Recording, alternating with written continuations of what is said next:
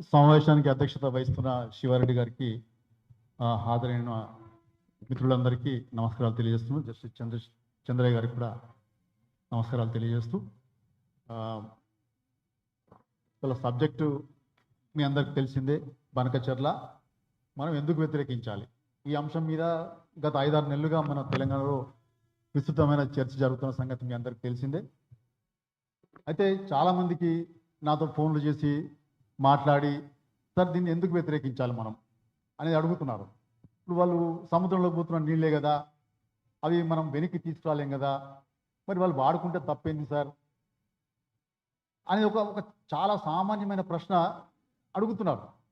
ఇది బుద్ధిజీవులు, జర్నలిస్టులు, రాజకీయ నాయకులు కూడా ఈ సమస్య ఉంది. ఎందుకు వ్యతిరేకించాలనే విషయం మీద క్లారిటీ లేదు వాళ్ళకి. నేను దాని మీద మొన్న సాక్షిలో ఒక వ్యాసం రాసి దాని మీద కొంత క్లారిటీ ఇచ్చే ప్రయత్నం చేశాను. ఇవాళ సిగ్నల్ టీవీ ప్రేక్షకులు కూడా దీన్ని లైవ్లో చూస్తున్నారు కాబట్టి వాళ్ళకు కూడా కొంత వివరించే ప్రయత్నం చేస్తాను. ఇది నిజానికి నీటిని, కింద పోతున్న నీటిని వాడుకునే విషయంలో సమస్య కాదు. ఇది మన హక్కులకు జల హక్కులకు సంబంధించిన అంశంగా దీన్ని మొదలు అర్థం చేసుకోవాల్సిన అవసరం ఉంటుంది. ఈ విషయం నేను చాలా కాలం నుంచి నా వ్యాసాల్లో పేర్కొంటూ వస్తున్నాను, చెప్తూ వస్తున్నాను, టీవీ ఇంటర్వ్యూలు చెప్తూ వస్తున్నాను.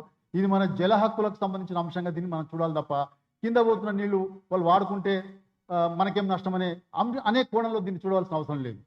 ఇది జల హక్కులకు సంబంధించిన విషయం ఎట్లా అవుతుంది అనేది మనం చూస్తే దీంట్లో 3 అంశాలు ఇమిడి ఉన్నాయని చెప్పి నేను నా వ్యాసాలు ఇంతకుముందు పేర్కొన్నాను. అది గోదావరిలో మన తెలంగాణ ప్రాజెక్టులకి ఉమ్మడి రాష్ట్రంలో అలొకేట్ అయిన వాటర్ ఎంత అనేది చూస్తే అది 968 టీఎంసీలు అని చెప్పి మనం చెప్పడం కాదు, మనం సెల్ఫ్ ప్రొక్లెయిమ్ చేసుకుంటలేం. ఇది రాష్ట్ర అసెంబ్లీలో ఉమ్మడి రాష్ట్ర ప్రభుత్వమే డ్రాఫ్ట్ బిల్లు తెలంగాణ ఆంధ్రప్రదేశ్ రాష్ట్ర విభజన బిల్లు అసెంబ్లీకి వచ్చినప్పుడు అసెంబ్లీలో శాసనసభ్యులు అడిగినప్పుడు మాకు సమాచారం ఇవ్వండి అని చెప్పి అడిగినప్పుడు ఆ సమాచారం మేరకి ఆనాటి రాష్ట్ర ప్రభుత్వం శాసనసభ్యులకు అందించిన సమాచారంలో చాలా స్పష్టంగా ప్రాజెక్టుల వైజ్గా ఇగో ఈ తెలంగాణ ప్రాజెక్టులకి 968 టీఎంసీలు, ఆంధ్ర ప్రాజెక్టులకి 512 టీఎంసీలు ఇస్తున్నాము, కేటాయింపులు ఉన్నాయని చెప్పి చాలా స్పష్టంగా ప్రకటించారు. ఇది మనం తెలంగాణ వచ్చిన తర్వాత క్లెయిమ్ చేసుకుంటున్న వాటా కాదు. ఇది ఉమ్మడి రాష్ట్రమే తెలంగాణ ప్రాజెక్టులకు కేటాయించిన వాటా. ఇది చాలా స్పష్టం. ఈ డాక్యుమెంట్స్ కూడా మన దగ్గర అవైలబుల్ ఉన్నాయి. ఆ డాక్యుమెంట్స్ ఎవరైనా వెరిఫై చేసుకోవచ్చు. అయితే ఈ 968 టీఎంసీలని ఆనాడు ఉమ్మడి రాష్ట్రం కేటాయించిన కేటాయింపులని విభజన తర్వాత ఆంధ్రప్రదేశ్ రాష్ట్రం ఎప్పుడు డిస్ప్యూట్ చేస్తూనే వస్తున్నది, ప్రతిసారి వ్యతిరేకించింది. ఇది మీరు చాలా స్పష్టమైన పదం వాడారు. ఇది మీ సెల్ఫ్ ప్రొక్లెయిమ్డ్ అలొకేషన్ అని చెప్పి వాళ్ళ పదం వాడారు వాళ్ళు. మనం ఏ ప్రాజెక్ట్ సంబంధించి డిపిఆర్ పంపించినా కూడా ఆ డిపిఆర్ మీద వ్యతిరేకిస్తూ వాళ్ళు లేఖలు రాసిన సందర్భాలు ఉన్నాయి. కాళేశ్వరం మీద వ్యతిరేకంగా లేఖలు రాశారు, సీతారామం మీద వ్యతిరేకంగా లేఖలు రాశారు, సమ్మక్క మీద వ్యతిరేకంగా లేఖలు రాశారు.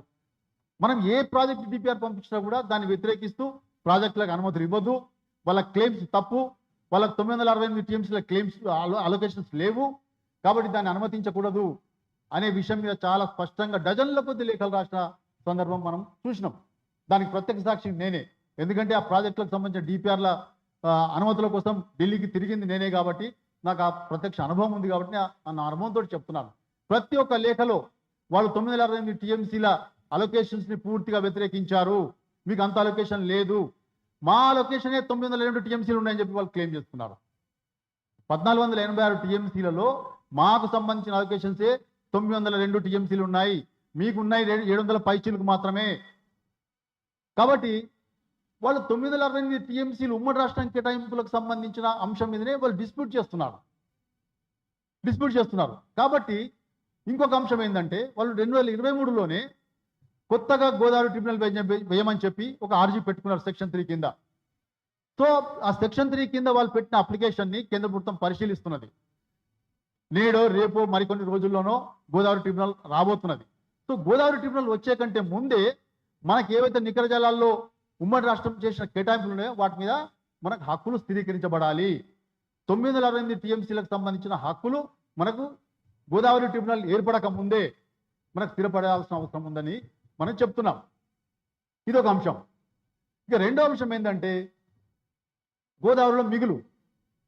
సరే మనకు సెంట్రల్ వాటర్ కమిషన్ యొక్క గేజ్ రీడింగ్స్ని బట్టి చూస్తే కనుక ఎవరేజ్ అంటే 50% డిపెండబిలిటీతో చూస్తే 3000 టీఎంసీలు మనకు సముద్రంలోకి పోతున్నట్టుగా మనకు తెలుస్తున్నది. అయితే చాలా మంది ఇటీవలి కాలంలో మాట్లాడుతున్నది ఏంటంటే ఈ మిగులు అనేది పై రాష్ట్రాలు సంపూర్ణంగా వాడుకోనందువల్ల వస్తున్న నీళ్ళే తప్ప అంత నీళ్లు లేదు. ఇంతకుముందు మొన్న వేదిరెడ్డి శ్రీరామ్ గారు కూడా ప్రజెంటేషన్లో చెప్పింది ఏంటంటే మిగులు అంత లేదు, మిగులు 1100 టీఎంసీలు వరకు మాత్రమే ఉంటుంది. అది కూడా పై రాష్ట్రాలు రైపేరియన్ స్టేట్స్ పూర్తి స్థాయిలో వాటిని 100% వినియోగంలోకి తీసుకురాకపోవడం వల్ల అవి సముద్రంలోకి పోతున్నాయి తప్ప అవి భవిష్యత్తులో ఆ రాష్ట్రాలు కనుక పూర్తి స్థాయిలో వినియోగించుకుంటే, తెలంగాణ పూర్తి స్థాయిలో వినియోగించుకుంటలేదు. లక్ష్మీనారాయణ ఇప్పుడు ఇంతకుముందు చెప్పాడు 400 టీఎంసీల కంటే మించి వినియోగాలు లేవని చెప్పి. సో మనం 940 టీఎంసీలని వినియోగంలోకి తీసుకురాగలిగితే, అట్లనే ఛత్తీస్గఢ్ వాళ్ళ వినియోగాలను పూర్తి స్థాయిలో తీసుకురాగలిగితే, మహారాష్ట్ర పూర్తి స్థాయిలో వినియోగంలోకి తీసుకురాగలిగితే, మధ్యప్రదేశ్, ఒడిశా ఈ రాష్ట్రాలన్నీ కనుక పూర్తి స్థాయిలో వాళ్ళ కేటాయింపులని వినియోగించుకుంటే కనుక ఈ 1100 టీఎంసీలు కూడా రాకపోవచ్చు. ఇప్పుడు వస్తున్నాయి, భవిష్యత్తులో రాకపోవచ్చు. ఆ మిగులు అనేది ఎంత అది తేల్చాల్సిన అవసరం ఉన్నది. ఇది మనం చెప్తున్నది కాదు. ఈ ప్రీ ఫీజిబిలిటీ రిపోర్ట్ ఏదైతే ఆంధ్రప్రదేశ్ ప్రభుత్వం కేంద్ర ప్రభుత్వానికి పంపించిందో ఆ ప్రీ ఫీజిబిలిటీ రిపోర్ట్ మీద సెంట్రల్ వాటర్ కమిషన్ యొక్క కామెంట్స్ ఇవి. చాలా స్పష్టంగా నీటి మదింపు జరగాలి, మిగులు ఎంత ఉన్నది, అన్ని రాష్ట్రాలు వాడుకున్న తర్వాత సంపూర్ణంగా 100% నీటిని వినియోగించుకున్న తర్వాత ఎన్ని నీళ్ళు వస్తాయి అనేది పూర్తి స్థాయిలో మదింపు జరిగిన తర్వాత మాత్రమే ఏ కొత్త ప్రాజెక్ట్ అనేది తీసుకోవాలి అనేది వాళ్ళు చెప్తున్నారు. కాబట్టి ఈ మిగులు అనేది పూర్తి స్థాయిలో ఆంధ్రప్రదేశ్కు టేలెంట్ స్టేట్గా వర్తించే హక్కు మాత్రం గోదావరి ట్రిబ్యునల్ లేదు, కృష్ణా ట్రిబ్యునల్ ఉంది. కృష్ణా ట్రిబ్యునల్ ఏమున్నది, కింది స్థాయి అంటే టేలెంట్ స్టేట్గా మీకు 75% డిపెండబిలిటీ తర్వాత ఎన్ని నీళ్లు వస్తే అన్ని నీళ్లు వినియోగించుకునే స్వేచ్ఛని బచావ్ ట్రిబ్యునల్ ఆంధ్రప్రదేశ్కి ఇచ్చిన మాట వాస్తవమే. కానీ బ్రిజేష్ కుమార్ ఆ స్వేచ్ఛను కూడా తీసేసింది. ఆ నీళ్లను కూడా 60% డిపెండబిలిటీ కింద, యావరేజ్ డిపెండబిలిటీ కింద ఆ నీళ్ళని మిగతా రాష్ట్రాలు కూడా పనిచేసింది. కాబట్టి కృష్ణా ట్రిబ్యునల్లో ఏదైతే స్వేచ్ఛను కల్పించిందో టేలెంట్ స్టేట్గా మిగులు నీళ్లను వాడుకునే స్వేచ్ఛని కృష్ణా ట్రిబ్యునల్ ఏదైతే బచావ్ ట్రిబ్యునల్ కల్పించిందో గోదావరిలో ఆ స్వేచ్ఛ లేదు.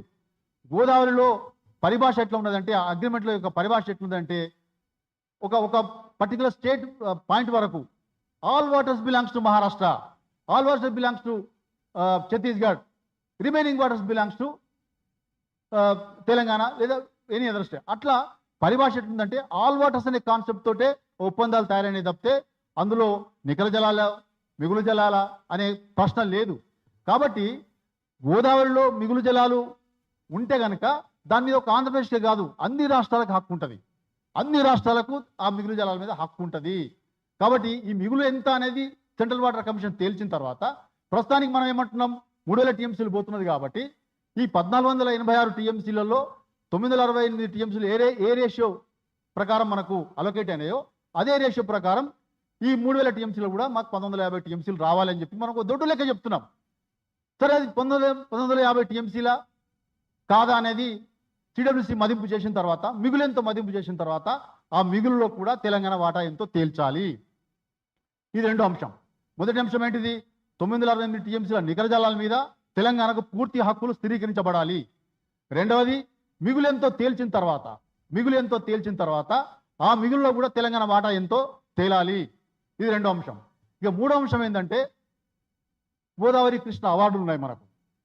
గోదావరి అవార్డులో చాలా స్పష్టంగా కర్ణాటక ఆంధ్రప్రదేశ్ రాష్ట్రం మధ్య జరిగిన ఒప్పందం 1978లో జరిగిన ఒప్పందం ఏమిటంటే, ఇది కృష్ణా ట్రిబ్యునల్ వచ్చిన తర్వాత జరిగిన ఒప్పందం. ఇది 1978లో జరిగిన ఒప్పందం ఏంటంటే పోలవరం ప్రాజెక్టు నుంచి మీరు పుడికాలువ ద్వారా 80 టీఎంసీలు కృష్ణా డెల్టా అవసరాలకు తీసుకుపోవచ్చు. కృష్ణా డెల్టా అవసరాలకు తీసుకుపోయినందువల్ల మనకు కృష్ణాలో మిగులు ఉంటుంది, వినియోగంలో మిగులు ఉంటుంది. కాబట్టి ఆ మిగులులో 45 టీఎంసీలు ఆంధ్రప్రదేశ్ రాష్ట్రానికి, 21 టీఎంసీలు కర్ణాటకకి, 14 టీఎంసీలు మహారాష్ట్రకు వాళ్ళు పోలవరం ప్రాజెక్టు అనుమతి పొందిన రోజు నుంచే వాళ్ళు వినియోగించుకునే హక్కు ఆ ట్రిబ్యునల్ మనకు కల్పించింది. కాబట్టి 80 టీఎంసీలు ఆంధ్రప్రదేశ్ రాష్ట్ర 80 టీఎంసీలు 45 టీఎంసీలు ఆంధ్రప్రదేశ్ రాష్ట్రానికి వచ్చినాయి. కాబట్టి ఈ నీళ్ళు ఎక్కడ వాడాలి, నాగార్జున సాగర్ ఎగువన మాత్రమే వాడాలని చెప్పి ట్రిబ్యునల్లో అవార్డులో స్పెసిఫై చేసిబడి ఉంది. సో నాగార్జున సాగర్ ఎగువన విభజన తర్వాత ఎవరున్నారు, తెలంగాణ రాష్ట్రం ఉంది. కనుక ఈ 45 టీఎంసీల మీద హక్కు తెలంగాణ రాష్ట్రానికి. కాబట్టే ఆనాడు గత ప్రభుత్వం ఈ 45 టీఎంసీల నుండి పాలమూరు రంగారెడ్డి ప్రాజెక్టు కేటాయించి డిపిఆర్ తయారు చేసి మనకు పంపించాము. సో ఈ 45 టీఎంసీల మీద మన హక్కు స్థిరీకరించబడాలి. ఇది ఒక అంశం. తప్పనిసరిగా 80 టీఎంసీలు గోదావరి నీళ్ళని పోలవరం కుడి కాలువ ద్వారా డెల్టాకి తరలించినందువల్ల వచ్చే మిగులు ఏదైతే ఉందో కృష్ణాలో, ఆ మిగులు 45 టీఎంసీలు తెలంగాణకు చెందాలి. తెలంగాణకు దాని మీద హక్కు స్థిరపడాలి. ఇది మూడో అంశం. ఇక నాలుగో అంశం ఏంటంటే, అదే అవార్డులో ఈ 80 టీఎంసీల కంటే మించి ఎన్ని నీళ్లు తీసుకుపోయినా కూడా ఇదే ప్రోరాటాలో, ఇదే రేషియోలో, ఇదే నిష్పత్తిలో కృష్ణాలో ఎగువ రాష్ట్రాలకి వాటా లభించి తీరాలి. ఇది అదే అవార్డులో రాయబడి ఉన్నది. కాబట్టి 200 టీఎంసీలు ఇప్పుడు బనకచెర్ల నుంచి మనము తరలించుకున్నందువల్ల ఆ రేషియోలో కనుక చూస్తే 112.5 టీఎంసీలు కృష్ణాలో మనకు వాటా రావాల్సి ఉన్నది. కాబట్టి మొత్తంగా 80 టీఎంసీలు ప్లస్ 200 అంటే 280 టీఎంసీలు గోదావరి నుంచి, పోలవరం నుంచి కృష్ణా నదికి, ఆ తర్వాత పైన పెన్నా బేసిన్కి తరలించినందువల్ల మనకు మొత్తంగా కృష్ణాలో వాటా దక్కవలసింది, హక్కుగా దక్కవలసిన నీళ్ళు ఎంత అంటే 157.5 టీఎంసీలు. దీని మీద కేంద్ర ప్రభుత్వం కానీ ఇటు ఆంధ్రప్రదేశ్ ప్రభుత్వం కానీ స్పష్టత ఇవ్వాల్సిన అవసరం ఉన్నది. 4 అంశాలు చెప్పినాను. 968 టీఎంసీల నికర జలాల మీద హక్కు స్థిరపడాలి. తర్వాత మిగులు ఎంతైనా మదింపు జరిగిన తర్వాత ఆ మిగుల్లో తెలంగాణ వాటా ఎంత స్థిరపడాలి. తర్వాత 80 టీఎంసీలు కృష్ణా డెల్టాకు తరలించినందువల్ల 45 టీఎంసీలు కృష్ణాలో మనకు వాటా దక్కాలి. దానికంటే మించి 200 టీఎంసీలు తరలించకపోతున్నారు కనుక ఆ 200 టీఎంసీలలో 112.5 టీఎంసీలు కృష్ణాలో మనకు వాటా దక్కాలి. ఈ 4 అంశాల మీద, ఇవి హక్కులకు సంబంధించిన అంశాలు. ఇవి మనం ఊరికే గాలికి చెప్తున్న మాటలు కావు, హక్కులకు సంబంధించిన అవార్డుల ప్రకారం మనం చెప్తున్న ముచ్చట. కాబట్టి ఈ 4 అంశాల మీద కేంద్ర ప్రభుత్వం తర్వాత ఆంధ్రప్రదేశ్ ప్రభుత్వం స్పష్టత ఇచ్చే వరకు ఈ బనకచెర్ల ప్రాజెక్ట్ అనేది మనం ముందుకు తీసుకోవడానికి వీల్లేదు. ఇది హక్కులకు సంబంధించిన అంశం కాబట్టి రేపు పొద్దున ఇంతకుముందు ప్రకాష్ గారు చెప్పిపోయారు, రేపు పొద్దున గోదావరి ట్రిబ్యునల్ కనుక పడితే గోదావరి ట్రిబ్యునల్ ముందర వాళ్ళు దీనికి సంబంధించిన డిమాండ్స్ ముందర పెడతారు. మేము 1000 కోట్ల రూపాయలు మేము గ్రౌండ్ చేసిన ప్రాజెక్ట్ని 1000 కోట్ల రూపాయలు ఇప్పటికే ఖర్చు చేసినాం కాబట్టి ఈ 200 టీఎంసీలు మా ప్రాజెక్టు కేటాయించండి అని చెప్పి వాళ్ళు అడిగే అవకాశం ఉంది. కాబట్టి మనకు ఆల్రెడీ 968 టీఎంసీల కేటాయింపులనే వాళ్ళు వ్యతిరేకిస్తున్న సందర్భంలో మళ్ళా ఈ 200 టీఎంసీలు వాళ్ళు కేటాయింపులు కోరితే మనకు నికర జలాల్లో మన వాటాకి కోతపడే అవకాశం ఉంది. ఈ ప్రమాదాన్ని మనం తప్పనిసరిగా అర్థం చేసుకోవాల్సిన అవసరం ఉంది. కాబట్టి ట్రిబ్యునల్ ఏర్పాటు కాకముందే, గోదావరి బనకచెర్ల ప్రాజెక్టు గ్రౌండ్ కాకముందే మన హక్కులకు సంబంధించిన అంశాల మీద ఒక స్పష్టత రావాలి, స్థిరీకరణ రావాలి, నిర్ధారణ కావాలి. ఈ అంశం మీద మనం మాట్లాడాలి. ఇది హక్కులకు సంబంధించిన స్థిరీకరణ అంటే మనం పోల్చుకోదలుచుకుంటే, మన సాధారణ అనుభవం నుంచి పోల్చుకోదలుచుకుంటే, మనకు వారసత్వంగా వస్తున్న భూమిని అన్నదమ్ముల మధ్య పంపకాలు జరుగుతాయి అనుకోండి. పంపకాలు జరిగినప్పుడు మన పేరు మీద ఇప్పుడు మా అన్నదమ్ముల మధ్య నాకు 10 ఎకరాల భూమి వచ్చింది అనుకోండి. 10 ఎకరాల భూమి వస్తే ఆ 10 ఎకరాల భూమి మీద నాకు పట్టా జరగాలి, నా పేరు మీదకి మ్యూటేషన్ జరగాలి, నా పేరు మీద పట్టాదారు పుస్తకం రావాలి, రిజిస్ట్రేషన్ కావాలి. ఇవన్నీ జరిగితే తప్ప నేను ఆ భూమిలో వ్యవసాయం చేసుకుంటున్నా, కౌలుకి ఇస్తానా, అమ్ముకుంటానా, ఇంకేదైనా చేస్తానా అనే విషయం మీద నాకు పూర్తి హక్కులు స్థిరపడాలంటే నా భూమి మీద నాకు హక్కుల పత్రం నాకు రావాలి, హక్కుల పత్రం చేతిలో పడాలి. ఇక్కడ అదే సమస్య. గోదావరి జలాల మీద మన హక్కుల పత్రం మన చేతిలో ఉండాలి. పోలవరం నుంచి పెన్నాకి, బనకచెర్లకి నీళ్లు తరలించే ప్రాజెక్టు గ్రౌండ్ కావాలంటే ఈ 4 అంశాల మీద మనకు హక్కుల పత్రం మన చేతుల్లో ఉంటే తప్ప మనం దీన్ని అనుమతించే ప్రశ్నే ఉత్పన్నం కాదు. ఆ విషయం మీద గత 4-5 నెలలుగా మనం చర్చ చేస్తూ వస్తున్నాం. ఈ విషయం మీద కొంచెం బహుశా తెలంగాణ సమాజంలో ప్రభుత్వం కూడా క్లారిటీ వచ్చిందని నేను అనుకుంటున్నాను. అయితే వే ఫార్వర్డ్ అడుగుతున్నారు, ప్రభుత్వం ఏం చేయాలి అనేది అడుగుతున్నారు. ప్రభుత్వం ఏం చేయాలంటే, ప్రభుత్వం ఏం చేయాలో స్పష్టంగా ప్రభుత్వ పత్రమే ఉన్నది. ప్రభుత్వము చాలా స్పష్టంగా తన విధానాన్ని ప్రకటించి ఉన్నది ఏం చేయాలనే దాని మీద. ఈ ప్రభుత్వ పత్రాన్ని ఎందుకు అంటున్నానంటే, ఇది చీఫ్ సెక్రటరీ గారు కేంద్ర జలవనరుల మంత్రిత్వ శాఖ సెక్రటరీ గారికి రాసిన లేఖ 14వ తారీఖు నాడు, 14 జూలై నాడు రాసిన లేఖ.